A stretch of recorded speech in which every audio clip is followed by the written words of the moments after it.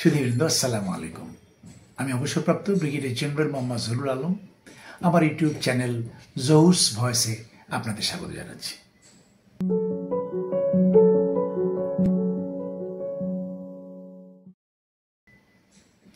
ষড়যন্ত্র ছাড়ছে না বিএনপিকে, আমি এই বিষয়টি নিয়েই আজকে আলোচনা করব।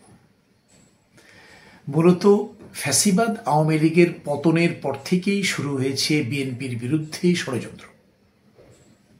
দেশকে বিরাজনীতিকরণ করার লক্ষ্যে এক কুচক্রী মহল তাদের নীল নকশা নিয়ে মাঠে নেমেছে।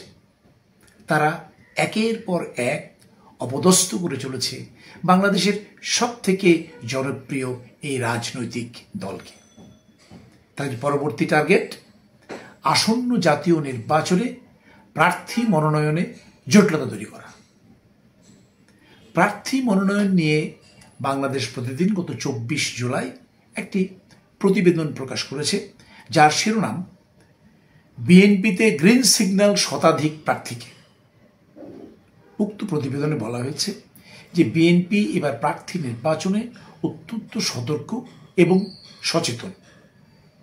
তাদের নির্ধারিত 3টি মানদণ্ড: 1, গণতন্ত্র পুনরুদ্ধার সংগ্রামে ত্যাগী; 2, সৎ এবং এলাকায় ভালো মানুষ হিসেবে পরিচিত; এবং 3, ভোটের রাজনীতিতে জনপ্রিয়, অর্থাৎ যাকে মনোনয়ন দিলে সাধারণ ভোটারগণ খুশি হবে।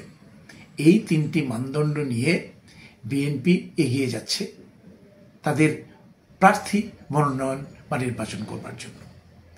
ইতিমধ্যেই তারা জানিয়েছেন যে নির্ধারিত জরিপ কাজ সম্পন্ন করেছেন এবং সম্ভাব্য প্রার্থীদের সাক্ষাৎকার শেষে চূড়ান্তভাবে তাদের নির্ধারিত এলাকায় মনোনয়ন দেওয়া হবে।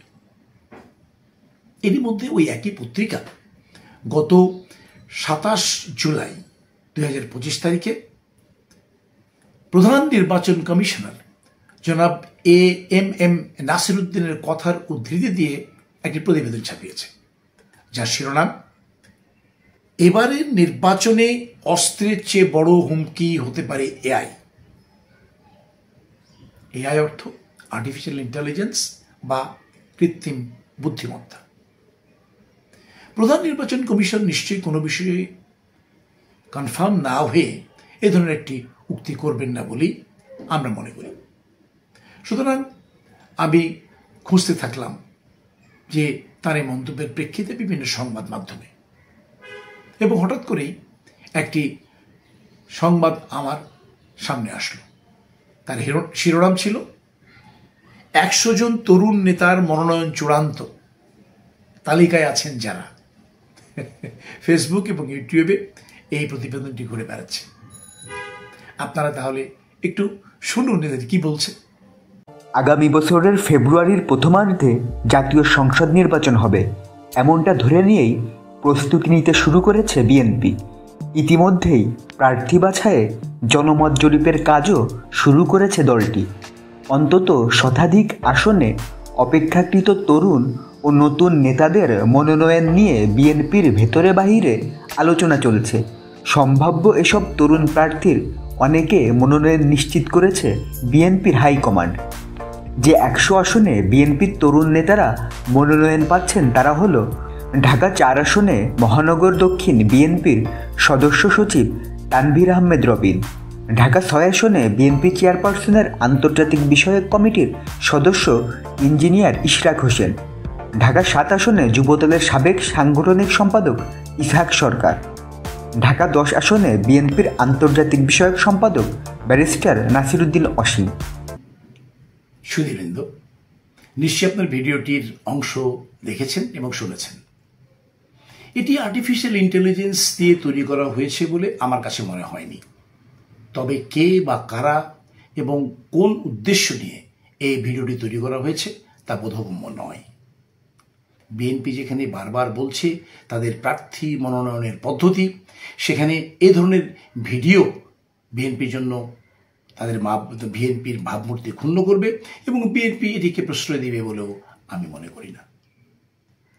যাই হোক, কৃত্রিম বুদ্ধিমত্তা দিয়েই হোক বা স্বাভাবিকভাবেই হোক, এই ধরনের ভুল ও মিথ্যা তথ্য সম্বলিত কোনো প্রচার মোটেও কাম্য নয়। বিএনপি যেখানে বলছে তারা এখনও চূড়ান্তভাবে কোনো প্রার্থীকে নির্বাচন করেনি, সেক্ষেত্রে 100 জন তরুণ নেতার মনোনয়ন চূড়ান্ত, এই মর্মে তথ্য প্রকাশ এবং প্রচার করা বিভ্রান্তিমূলক। কেউ কোনো অসৎ উদ্দেশ্য নিয়ে ভিডিওটি তৈরি করে ফেসবুক এবং ইউটিউবে ছেড়ে দিয়েছে বলে আমি মনে করছি। এটি ভুল ও মিথ্যা তথ্য সম্বলিত অপপ্রচার এবং এক অভিনব ষড়যন্ত্র বলেই আমি মনে করি। ষড়যন্ত্র এখানে থেমে নেই। আমি ফেসবুকে দেখেছি কোনো তরুণ নেতা তারেক রহমানের নির্দেশে তার নির্বাচনী এলাকা সংগঠিত করছেন এই বলে প্রচারণা চালাচ্ছে। যদি তার মতো অন্যান্য তরুণ নেতারাও একইভাবে প্রচারণা শুরু করে, তাহলে এলাকায় একটা বিশৃঙ্খল পরিবেশ এবং পরিস্থিতি সৃষ্টির সম্ভাবনা রয়েছে। এছাড়া এলাকার সাধারণ জনগণ এবং ভোটারদের মধ্যে একটি বিভ্রান্তি ছড়িয়ে পড়তে পারে। সুতরাং এই প্রচারণা এবং ষড়যন্ত্র বন্ধে বিএনপিকে জরুরি ভিত্তিতে প্রয়োজনীয় পদক্ষেপ গ্রহণ করা প্রয়োজন। সুধীবৃন্দ, আমি মনে করি বিএনপির মিডিয়া সেলকে আরও তৎপর এবং তীক্ষ্ণ নজরদারি করতে হবে। যারা আর্টিফিশিয়াল ইন্টেলিজেন্স ব্যবহার করে বিএনপির বিরুদ্ধে এ ধরনের ষড়যন্ত্রমূলক প্রচারণায় লিপ্ত আছেন, তাদের উৎস খুঁজে বের করতে হবে এবং তাদের বিরুদ্ধে আইনানুগ ব্যবস্থা গ্রহণ করা অত্যন্ত জরুরি। এবং সবশেষে বিষয়টি দলের শীর্ষ নেতাদের অবহিত করতে হবে জরুরি ভিত্তিতে এবং তাদের নির্দেশে পরবর্তী পদক্ষেপ গ্রহণ করা উচিত। সবশেষে আমি বলতে চাই, সতর্ক হন বিএনপি, অপপ্রচার বন্ধে প্রয়োজনীয় পদক্ষেপ নিন, ষড়যন্ত্র প্রতিহত করুন। এটুকুই বিএনপির কাছে আমাদের প্রত্যাশা এই মুহূর্তে। সবাই ভালো থাকবেন। আল্লাহ হাফিজ।